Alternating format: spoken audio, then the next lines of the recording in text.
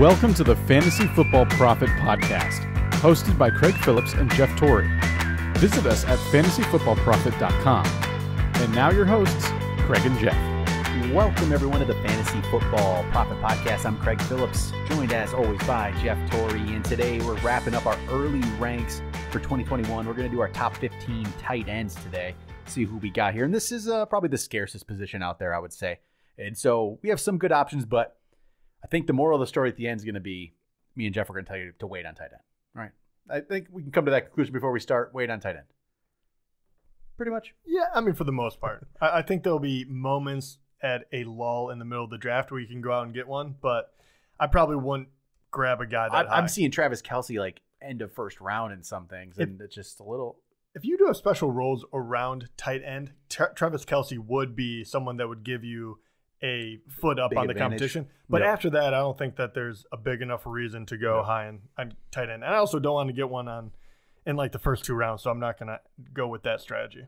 So before we get into tight ends, I had a listener kind of, not really question, but comment kind of a thing. So I wanted to see what you think about this too, based on our rankings episodes we've done. Sure. From David Lawrence, one of our good, loyal, long-time listeners. He said, this is just, we've talked about Jameis and how we like Jameis and all that stuff, but he just says, would Sean Payton pay a trick play specialist type player $140 million over 4 years? He says, I know the guarantees are very minimal, but still, why give out that kind of contract to Taysom Hill if he isn't going to play a lot? Even if he does not start, he's going to be on the field. That has to affect Kamara and Thomas overall this season. He says, Winston's deal is 1 year, up to $12.5 million. Says, it's a tough situation to predict, and Peyton is unpredictable, but the contracts here tell a huge story, in my opinion. What do you think? I mean, I think he's correct. I mean, that's why and I don't hear a lot of other people talk about it, but that is why we're much lower on Kamara than we were last year or years before. That's the biggest one that it does affect. And Jameis and, Taysom, they're going very low. Yep. So, it's hard to predict, but we keep going back, or at least from me, I don't know if his question kind of goes towards, which one should we grab if we're grabbing one of those quarterbacks late, is Taysom can be on the field without being quarterback. That would mean Jameis is the quarterback. And I do think right now he has the better arm. And if you do have a player like Thomas, who can be dominant wide receiver, then I think he is the best guy to at least start the year and then go from there. But yeah, it's very difficult to know. And that's why every single one of those players has dropped on my list where Thomas would normally be a top 3 wide receiver. Now he is, barely making top 10. Kamara would be, he could be number 1, honestly. Yeah, truly, yeah. But I think he's 10th for me now. So I think he's 100% correct. And as far as the contracts, I'm as confused about them as you are. Yeah. I think they need to have a legitimate quarter. I shouldn't say legitimate because I think Taysom Hill could be legitimate, but they need a stereotypical quarterback on their roster in order to make sure that they're covered. Because we did see him run a lot, Taysom Hill that is, run a lot and do some good stuff, but I have not seen him be able to dominate a game throwing the ball. And right now it's very hard to be a contender if you can't throw the ball well. So that's the end point where I go to. Yeah, and the Jameis thing is I still love that potential upside. But that's why I love it. I guess that's what I'm so excited about getting Jameis is because there's this hesitation. Because of Taysom Hill, you can get Jameis for nothing. Just nothing. And what if he is just actually the starter and he's kind of figured something out? First of all, he doesn't, and that's the thing too. He doesn't have to have figured anything out. He could still be the same old Jameis. Yeah, true. If they just let him start, he's going to put up a buttload of fantasy points, and they'll win like 10 games. Yeah, and he'll throw like 25 interceptions still, and that'll be him figuring it out. But what if he has figured it out and he only throws like 10 or 15? Well, first of all, it was I don't know. I mean, maybe he will. That'd be great. If he did, that's going to be dangerous because someone who can throw the ball like he can or has he does not worry about the well-being of the ball. Yeah. If you could get him to throw half of the interceptions, which I don't, that wouldn't be that, that 15. Crazy. That's one a game. It's not basically that crazy. Yeah. So that would be a huge thing. And he can throw 5,000 yards with 30 touchdowns. So he could be a huge asset. Oh, shoot. We forget there's one extra game this year. They're really going to get up in those yardages and Yeah. touchdowns. Yeah. And I don't know. And that's why we do worry about it. You Maybe wait they on use him. both of them. You wait on him, but no, all those points are completely valid. And I think we have that adjusted into our ranks at this point. Yeah. 100%. I think that's very good. Yep. He's thinking about it correctly. Yep. All right. Tight end talk. Let's jump into this. No surprise. Number 1, Travis Kelce. There's really no debate this year. Last year, there could have been a little with Kittle. He had the injury. It's not really 100% just the injury for Kittle. It's Garoppolo he didn't progress. I don't think he's very good, to be honest. Is he going to be a rookie quarterback? Yeah, is he going to be Trey Lance? And that's why there's no debate here. It's Travis Kelce, number 1, easily. Not even, I don't think there's hesitation amongst most people. So Travis Kelce, number 1. If you want to go tight end, you're going to have to get him second round at the absolute. If you want him, that's the latest you can get him is the second round. I'm just not going to do it. I'm just not. I'm not going to either. But he is the only guaranteed guy. He is. On here. 100%. I think he's the only guarantee on this list. So, but Kelce number 1. Simple. Number 2 is George Kittle for both of us. Again, talent all day for him. Yeah, I take the talent, the upside over it. But I'll be honest, and depending on how there's 2 guys that I think you could make an argument for now, and that's how big of a gap that Kelce put in between him and Kittle overdoing like the last 2 years. Yep. But Kittle is incredibly good. He does have the huge upside. We have seen him score touchdowns and make up yardage. It does feel like they added more wide receivers, so maybe that will affect it. They're still a run-first team, so yeah, he's wonderful, but those are the things working against him. But he should be a huge part of the San Francisco offense, no matter who the quarterback is, no matter who they're playing game to game in. And then number 3, Darren Waller. Okay. He is the other one that I think you could actually make a compelling argument why you would take him over Kittle, because he is guaranteed the amount of targets he's going to get. He has been a beast the last 2 years. I would be okay with anybody putting him number 2. He had 145 targets last year, caught 107 of those for 1,196 yards and 9 touchdowns. What's going to change? Yeah. What? Nothing's changed. It's not going to change. He's going to get 140 targets again. I really feel like. I mean, honestly, they lost Nelson Aguilar. I was going to say, you actually might get more. Yeah, he's not. This isn't going down. Yeah, okay, he won't get more because that number would be ridiculous. But it's just not going to. It's going to be 130 minimum. Yeah, I mean, tell me the other wide receivers that you're going to. They don't have a go-to guy that's going to eat up a bunch of receptions. So it is Waller. I mean, Waller is a huge gap between the next wide receiver last year that had reception or targets, I'll say. I mean, because the other receivers are still. It's Henry Ruggs. It's Bryan Edwards. It's Hunter Renfrow. They got Willie Snead, John Brown now, but no, it's Darren Waller all day. Yeah. That what? I mean, shoot, I might be talking myself into a number 2 ranking for Darren Waller. To be honest with you. I looked into it, but before Kittle got hurt, he's so good. His upside is huge. Yeah. So these are 3 good options. Kittle and Waller are very good options. I'm completely cool with that. All right, let's go to number 4. This is gonna be Mark Andrews is number 4 for us this time. I think we both. Let's see here. I think we might have the same one so far. Yeah, I just lost my list. We both had him number 4. Yeah. Last year wasn't as good. I don't, just overall for the Ravens passing game. And the thing is, he's not getting those targets. He's not getting the yardage the same way that those other guys are getting. You have to rely more on touchdowns for Mark Andrews, really. And you know what? I didn't feel terribly comfortable with this 4th ranking, but there just isn't. I didn't have a player to put over him yet. I think there's a couple that I'm very interested in getting up here. I probably have our next 3 guys on the list, honestly. I don't think I'm going to get Mark Andrews, to be honest, where he's going to go in the drafts. I just don't. I probably won't either, but I think he's incredibly safe. I do have a number 4. He was the 4th best tight end last year. Yeah. And if you look at his numbers, I know that they weren't as good as the year before, but it really wasn't a drastic difference. And that is very intriguing to me, because I do think that Lamar is going to be better than he was last year. I think they're going to pass a little bit more. But his targets went down by 10. He played 1 less game than he did in 2019. True.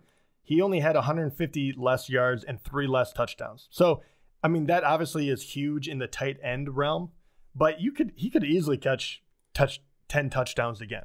That's not out of the realm of possibility. And honestly, if they start throwing more and more, I mean, I don't know. Like 2 years ago, if you were like from 850, could he make it to 1,000 yards? I would have said absolutely. So I'm not completely off that wagon yet. The biggest thing is he had 58 receptions. He only had 88 targets. So, you know, that's the gap between like him and Waller, who had 140, and we don't see that going away. So, So, yeah, I say those top three were our safe options, obviously. Mark Andrews, he said, floor is probably there. He's probably fine. After this, it's kind of a guessing game, to be honest with you. And you could put a lot of guys wherever you want to put them at this point. And this is what you start drafting on upside, I think, a lot here. Yeah, you're about to find out in the next couple. So number 5 is TJ Hawkinson for us. He's your 6th, my 5th. Mm-hmm. Hawkinson, he did improve from year 1 to year 2.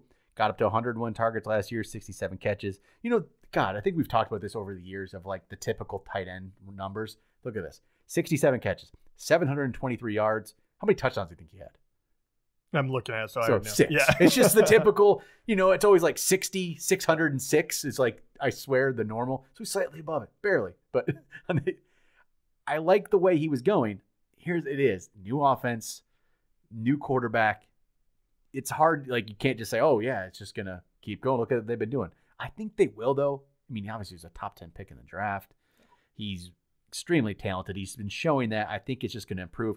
And it's not just that. There's less guys to throw the ball to there. It's what, Rashad Perriman, it's Tyrell Williams. This could be a Raiders situation. You know, same thing with Waller, where Hawkinson becomes the guy. It could very well turn into that. That last point is why I do still believe in him. I love the fact that he got 101 targets and he stayed healthy all last year. Yep. That is great. I do worry about downgrading to Goff a little bit. He's never really used his tight ends all that much. Obviously, it's not all to him, the scheme and whatnot. We got to find out what that is. It does feel like Hawkinson would fit Dan Campbell's like stereotypical player he would want. You would think, yeah, right. You know, I would have to believe that he's going to be very good. Why I have him ranked 6th, but there's a lot of unknowns. But you like the numbers that you see already. I mean, we talked about Mark Andrews. That's not that far off of what Mark Andrews does. It's truly not, and that's pretty solid numbers for year 2, and you can see the improvement happening. I'm big on Hawkinson. I don't know where he's going to fall in these drafts yet. Like, we'll have to start doing some mocks and really get a feel for where these guys are going. I don't know tight end wise, where I say I'm not going to get these top guys, but maybe I start to get guys at this level if they're going at a certain point. I think I do, honestly. This is probably the level I first start looking at. I honestly think Andrews, Hawkinson, and the next guy we're going to talk about will probably be the middle round guys. Kelsey will be like 2nd, and then Kittle, Waller, someone will stretch and get in like the 3rd, 4th, 5th. Mm-hmm. And then after that, it's just a shit show. So I think we have 2 more guys, and after that, it's just real up in the air. Yeah. Okay. I wasn't sure where you would rank. So far, I would say the top 3 were a tier. I'd almost put Andrews on his own tier in a way. I would put Kelsey in his own. Okay, Kelsey in his own. Yeah. Kittle and Waller. Yeah. Probably Andrews even kind of to himself in a way. He's like this. Not full tier. It's almost, you know what I mean? Yeah, it's just I could put Andrews and Hawkinson together. And then I have honestly these next couple guys together. So number 6 is actually Kyle Pitts. Is number 6. He's your 5th. He's my 7th, but it's not much difference. It's still, we're similar. And the biggest one I already know, because we've talked about this before, and I was kind of like, hey, tight ends need I'm a big proponent of that, right? But after getting rid of Julio, I'm kind of like, there's so many targets up in the air. And they spent so much draft capital on him. I'm like, okay. He's a special prospect, too. I don't think he has to develop as a tight end. I think they're just using him as a big wide receiver. And that's kind of where I'm like, no, I think even this year he's going to do fine. It's not going to be the typical tight end. He's going to get targets all day. So I don't have any hesitation, honestly, because I don't think you're going to have to go overpay to get Pitts. I really, truly don't in regular redraft. I think you'll be fine. This is Tarvin. We don't really know. Think he's going to have a good opportunity. Yeah. Simple as that. Number 7, Dallas Goedert. My 6th, your 7th. This is another kind of same situation as some of these other players where I don't know where all the targets are going to go. And I think Goddard, though, this is going to be year 4. We've seen the improvement from him. Last year he missed 5 games, so his numbers are going to be off compared to the second year. But we've seen what he was starting to do with Ertz there. Ertz, yes, officially still in the team. For some reason, I just don't feel like Zach Ertz is going to be playing with the Eagles this year. It just seems very unlikely. And even if he was, I think Goddard's the number 1. But I just don't see Ertz there. I think this is one of those training camp cuts or trades. I don't think it's going to happen. I agree. And Goddard he did not live up to what I was hoping he was going to do last year. But he's one of my favorite guys in here because I think you can get him at such a discount because people just, for whatever reason, they don't believe in him. Yeah. He's uberly talented. And once again, it kind of goes into that. I know that they have some wide receivers that didn't really get to play a lot, But I think that actually hurt him last year because they had no one else. So it's kind of like, well, you just, jam up the middle and drape all over Ertz and Goddard, and then they don't have a passing game. The only thing that worries me a little bit is we don't really know what Hurts is capable of, right? Is he going to be a capable thrower? We know he can kind of do a little bit of everything. He was fun to watch for fantasy. What is that going to translate here? I'm not exactly sure, but if he stays healthy, this guy is going to be a great pick no matter what, because he's phenomenally talented. I don't know seriously where the targets are going to go, though. Devontae Smith, obviously. Yeah. Devontae Smith becomes interesting because of where. Yes. Well, Devontae Smith and Rager, right? Because he was. Rager, I don't know. Yeah, but he was hurt a lot last year. Yeah, I'm not a big fan of him, but he's the number 2 now. I didn't see much from him, so we'll see. Maybe it's there though. We'll find out. And Travis Fulgham did well, but he's not a. Speaking of Dallas Goedert, though, we just picked him in the Scott Fish Bowl. Sweet, that's awesome. So he's our number 1 tight end in the league. I feel good about it. Yeah, there we go. Scott Fish Bowl, sure. I like the way we're going in that. Get Goddard there, but there we go. That's our top 7. It was again Kelsey, Kittle, Waller, Andrews, Hockenson, Pitts, Goddard. If we go look at consensus, it's Kelsey. Waller is number 2 in consensus now. Really? Yeah. So I'm very happy PPR. So it's Kelsey, Waller, Kittle, Hockenson, Andrews. Okay, I'm good with that too. Pitts, Goddard. So we're kind of right there. Number 8. I think this is where we start to differ a little bit. Not a lot from consensus, but a little bit. Mike Gesicki, number 8 for us. Funny thing is he's 9th for you and 10th for me, just the way it fell. Okay, this is where I like the talent. I like the player. I don't know 100% what Tua is going to do. There's a lot of guys I think that throw the ball around too there. They just picked up, they have Waddle. Now they have still got Devontae Parker, Will Fuller. There's people that throw the ball to. This is where Gesicki in a different situation where he doesn't have the same amount of competition for targets, probably much higher for me because I think the talent is there. But I mean, that's not even, it's Waddle, it's Fuller, it's Parker, it's Preston Williams. Lynn Bowden Jr., I kind of find that guy interesting too. But the reformed quarterback. I kind of, in a weird way, I find him interesting if he had a better situation to do it. There is a lot of guys to throw the ball to here, and that is my only issue with Gesicki because I love the talent, and I guess Tua too. We still got to see what he is. Yeah, I don't really trust Tua. But I say I don't trust him, but it's not like I trust Hurts more. But there's more there's more opportunity probably. Yeah, you're hoping you do one. Yeah, I don't exactly know, but I do know that he does have a lot of upside, and it's the 4th year. Hopefully he's coming into his own. And last year, I mean, he was the 6th best tight end overall. Like, you forget that he was actually quietly okay. He was. And, 700 yards with 6 touchdowns as a tight end will get you there. You'll be just fine. He got 706. What did he get last year? 703. Oh, 3. So you add those 3 more touchdowns, and he's good. Oh, no, I'm sorry. 703 yards, 6 touchdowns. 6. I mean, God, why does every tight end do that? Yeah, well, that's the thing. It's like it gets all jumbled up here, and that's why you're also saying I would rather take upside, which is also why like Hockenson and Pitts kind of went over him, Goddard. Yep. And then you take someone like this, which would be just fine. If if you wait on him and you miss out on those other guys, you can still get a guy that will perform fine for you. And he does have the upside because he's incredibly athletic, and that is kind of an up-and-coming roster that they do have a lot of guys you're going to have to guard. Yep. It might actually benefit him more to have a lot of playmakers on the outsides where maybe it frees him up a little more. All right, number 9 is going to be Noah Fant. Your 10th, my 9th. Another guy where I love the talent, but I don't love the quarterback, and there's other guys to throw the ball to. And so it's a similar for Gesicki here. So there's Cortland Sutton, there's Jerry Jeudy ahead of him. Even Tim Patrick can catch a ball. KJ Hamler's around. So there's other guys to throw the ball to in Denver as well, and we just don't know what Drew Lock is. But I'm not going to hold that against him too much. But again, love the talent, don't really know. Last year, 62 catches for 673 yards. Just the typical tight end line again. And that's in year 2. It's pretty solid. He had only 3 touchdowns. You add some more touchdowns, he's there. Again, like the player, I just don't like the situation right now. So that's pretty much why Noah Fant falls there. But this is another one of these upside picks. Yeah, he is. He's a talented guy. He worries me a little more. I do like his upside, but I do think there's other guys that are safer than him. And it really has more to do with the quarterback situation. As much as I want to see Locke succeed, if it's him and Bridgewater, it just doesn't feel like there's a whole lot of upside.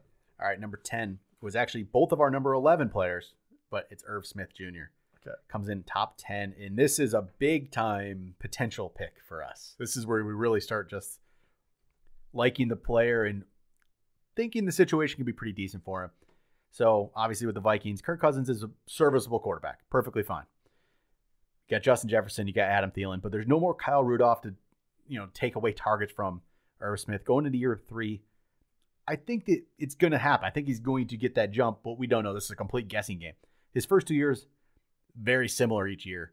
36 catches and 30 catches, 311 and 365. He did play only 3 less games last year. He had more touchdowns. I love getting Irv Smith late in drafts because I think the potential is there big time. And he's still young. He's 22 today. He's going to be 23 not till August. He's a young player. Pretty good offense. Good passing offense. Good just overall offense. Yeah. And I think it's a good situation. He's an uber athletic tight end that kind of reminds me of like a Jonnu Smith kind of deal.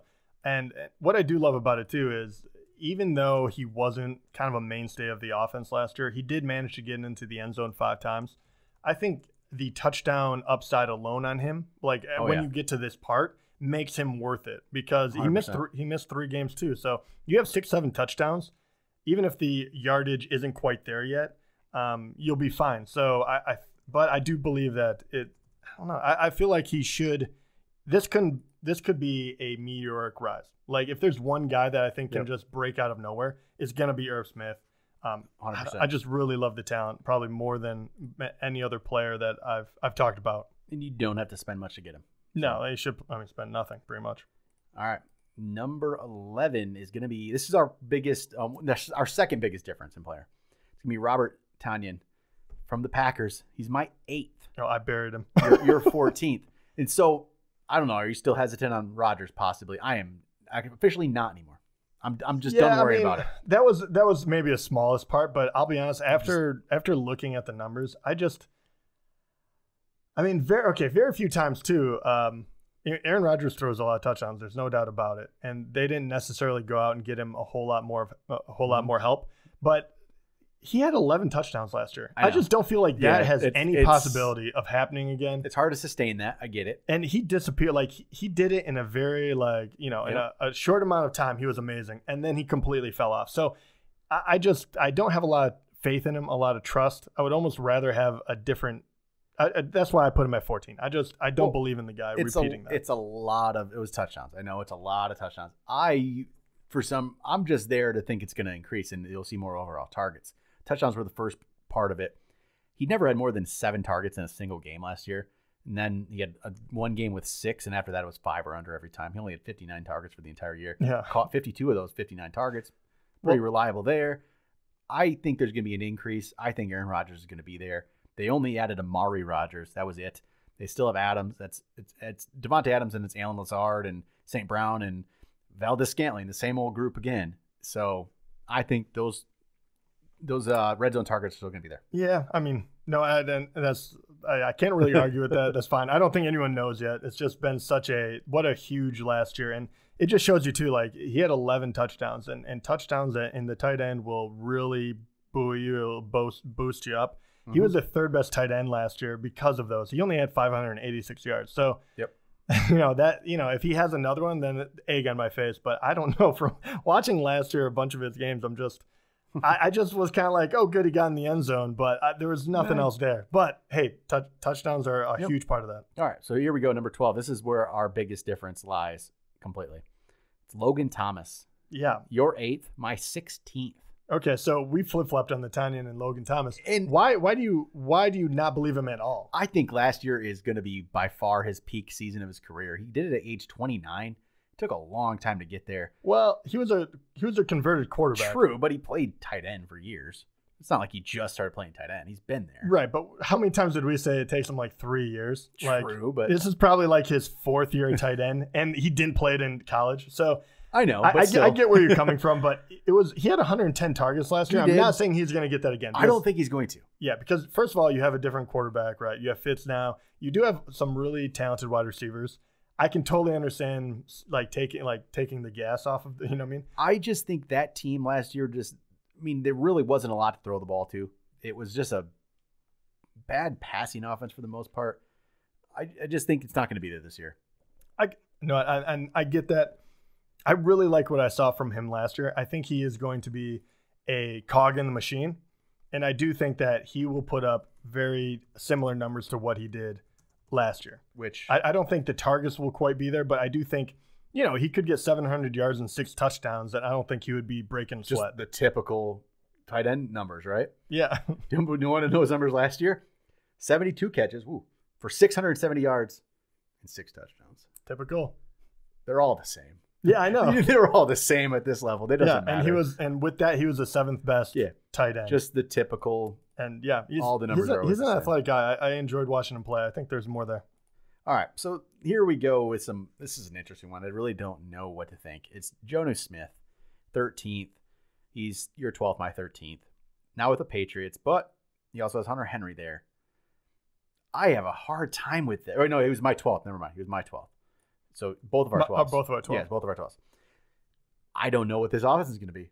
No. I don't know what they're going to do. This is an interesting one because Hunter Henry, I had to come into play when you were thinking about where to put him, right? Yeah. So we both obviously like Jonnu better than we like Hunter. Mm-hmm. So why would you rather have Smith than Henry? I think the Hunter Henry's still, the injury stuff is still in my mind. It happens so often that I just can't be that confident in him, which nice thing is you don't have to be. Hunter Henry actually interests me quite a bit. I had him actually ranked 12th and 13th. Okay. I like both of these players. I just don't know what this situation is going to be. How are they going to use this? Is it going to be the Gronk Hernandez thing from back in the day? Like, I don't know how they're going to use this, but you could be getting a steal at either one of these guys, and I don't know yet. Yeah, I don't know which one it's going to be. The reason you're kind of hedging your bet, right? Yeah. It's interesting. I just don't know what this is going to be. I kind of like it because they don't really have any wide receivers on that team. I think that having 2 tight ends of this caliber could be really good for Cam, whoever ends up being the quarterback throughout the year. I like Jonnu a little more because I do think that he's a little more of a Swiss Army knife than Hunter Henry. I think Hunter Henry is a pure tight end. Like, he would have a hard time other places. I think you can move Jonnu around, so I think that he'll be able to get the ball more. And that's why I like him better comparatively. But, yeah, I think I agree with you. I think he could be a steal. Hunter Henry could be too. I don't know. I would honestly kind of prefer it more if Cam wasn't the quarterback. True. I'm with you there. Fantasy Pros, we're actually higher than Fantasy Pros consensus on them. In the consensus, Jonnu's 15th and Henry's 16th. So they're just going to be by each other in these ranks the whole time. I think there could be more there. Like, if the situation plays out correctly for one of them, you could have a steal. And that's what I'm thinking here. And it's a free pick. It's literally a free pick. Yeah. You're not going to have to in an auction. Maybe you might pay $2 if somebody else bids him and you want. Like, you're not spending anything on this guy, on these guys. And they're going to be at the back end of drafts. So that's Jonnu at 13th. 14th, before we get to Hunter Henry, is Tyler Higbee. Your 13th, my 15th. I just really don't like Tyler Higbee, to be honest. Yeah, I mean, I'm not over the moon, but I felt like he should be here. I think, and we see Stafford. I mean, he had a good rapport with Hawkinson. You saw what the numbers he put up.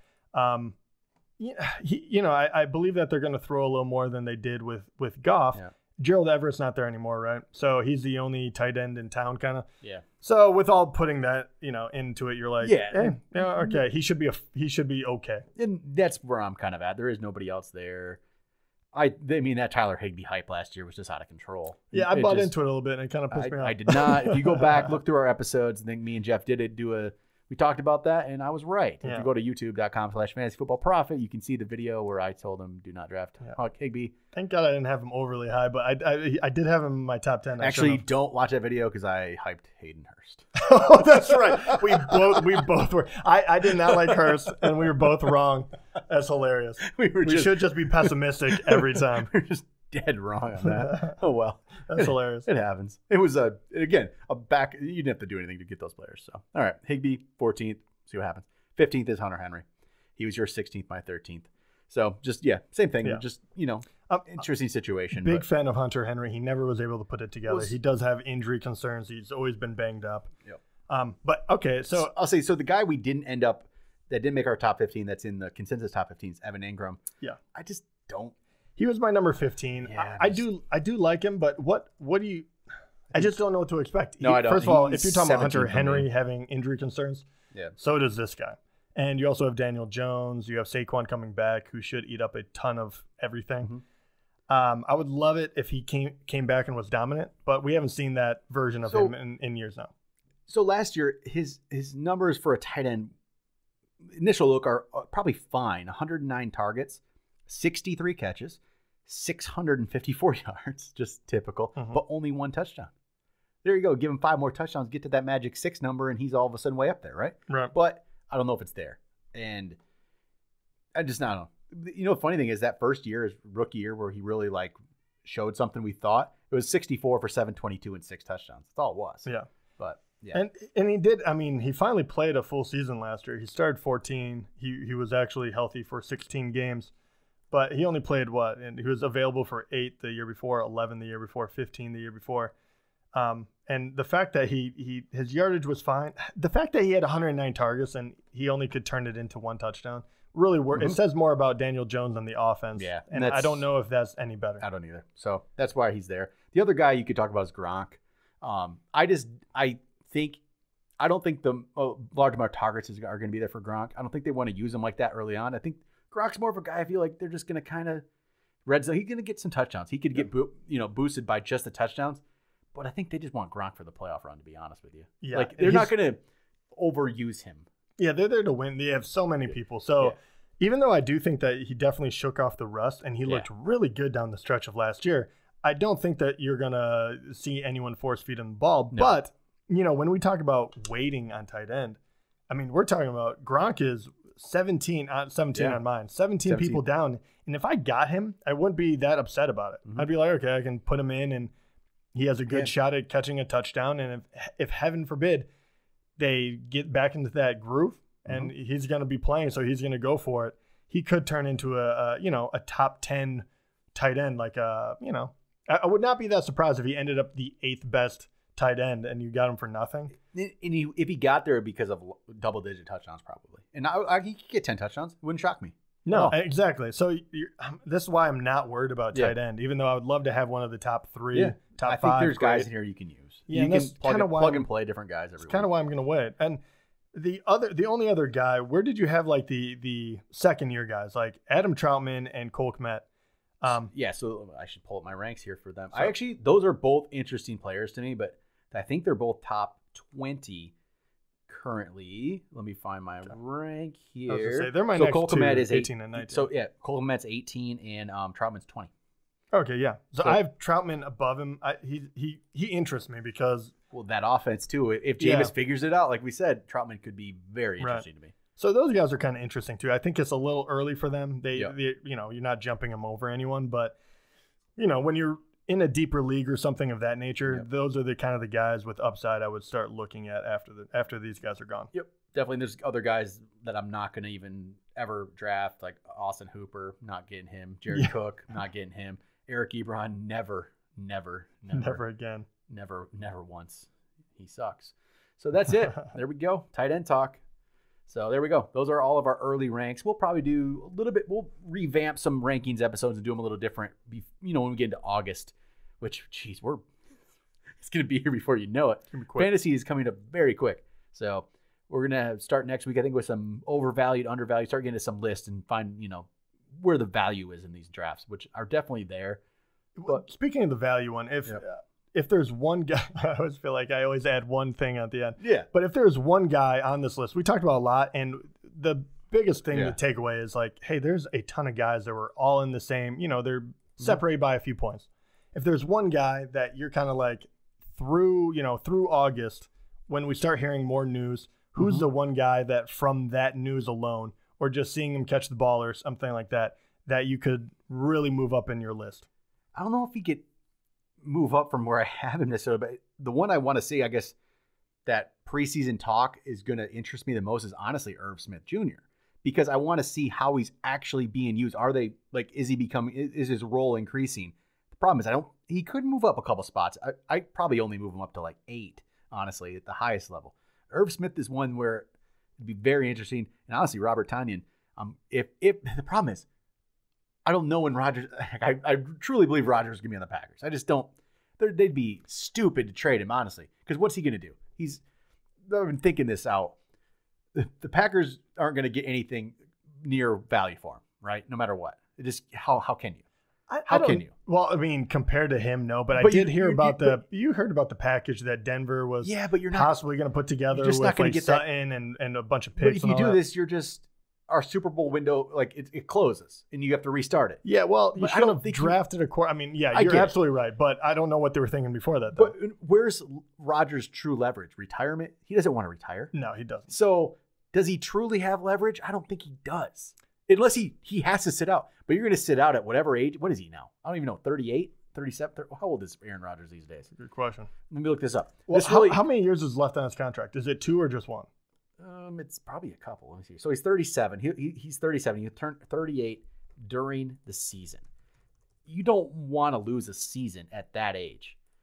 So he signed, let's see here. I'm pulling up his contract, and this is very exciting stuff. Oh, he does have a potential out, it says, in 2022. Oh, well, that's not that crazy then. So I think he could play. Yeah. So I don't. Also, to trade a guy that clearly doesn't want to be there, I don't think that's that crazy still, but you're getting really close to the beginning of the year. If they haven't pulled the trigger now, I do have to believe, like you, that he's going to be begrudgingly coming back and saying, okay, let's do this. If he's there and he's in training camp, Robert Tonyan becomes interesting to me if his roles increased as well. And that's what we're both going with Irv Smith and then Tonyan is, does their role increase? And that might be some of the things we hear. Logan Thomas could probably move up for me, even though we had a big difference. Again, that'll be another thing. What is he doing? Like how are they using him with Fitzpatrick there, with all of that? And you know what? I have a lot of guys. This preseason training camp's good. Jonnu Smith and Hunter Henry. Okay, those two right there. They're going to be my number 1 and 2 to look at. How is it being used? But there's like, to me, 5 guys right there that are going to be interesting. Tyler Higbee, I could care less. I'm sorry. I don't. I feel like there's going to be some hype. And I think Jonnu and Hunter Henry are going to be the 2 that I really want to see. I don't know if Irv Smith would move down that much for me if I didn't hear anything about him, to be honest. He wouldn't move down I kind for of me. just believe in the talent. I could move him up a couple. Yeah. Tonyan, I do agree with you because I have him pretty low, so he would have to move up. Maybe somebody like Troutman going down there, even depending on how Jameis is. Even Evan Ingram, I think if for some reason if they were like, wow, he looks phenomenal, blah blah. Yeah. I mean, he would move up a couple, but nothing crazy. There we go. All right, tight end talk is over. Probably won't talk tight ends for a bit, so that'll do it. Overvalued, maybe undervalued next week. We'll get some stuff to go after. Players we should target. Players we shouldn't target. All right, that'll do it. Talk to you next time.